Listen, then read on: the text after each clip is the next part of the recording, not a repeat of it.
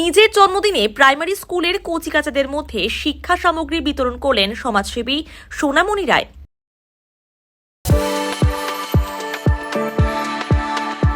We are the dreamers, the achievers, and the leaders.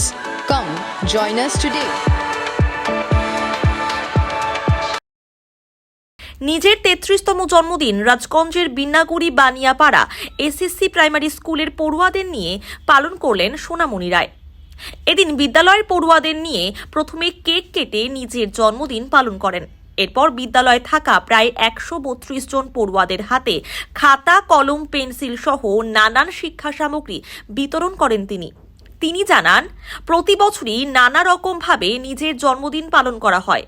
এবছর ইচ্ছে হলো একটু অন্যরকম ভাবে জন্মদিন পালন করার, তাই স্কুলের বাচ্চাদের নিয়ে জন্মদিন পালন করলাম।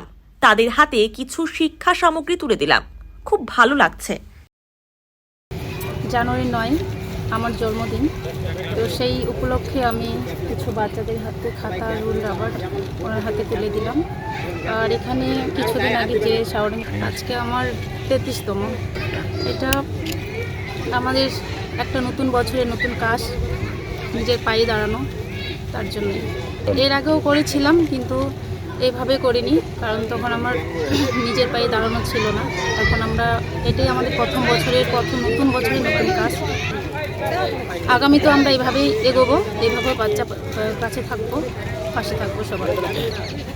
এই স্কুলে বাচ্চাদের নিয়ে, আমাদের ক্লাবের সদস্য দাদাদের নিয়ে, আমাদের মেম্বার হেমেন্ডা স্টেট আছেন, স্যার আমাদের সব মামা আছেন, আপনারা সবার আশীর্বাদে আজকে জন্মদিন পালন করলাম।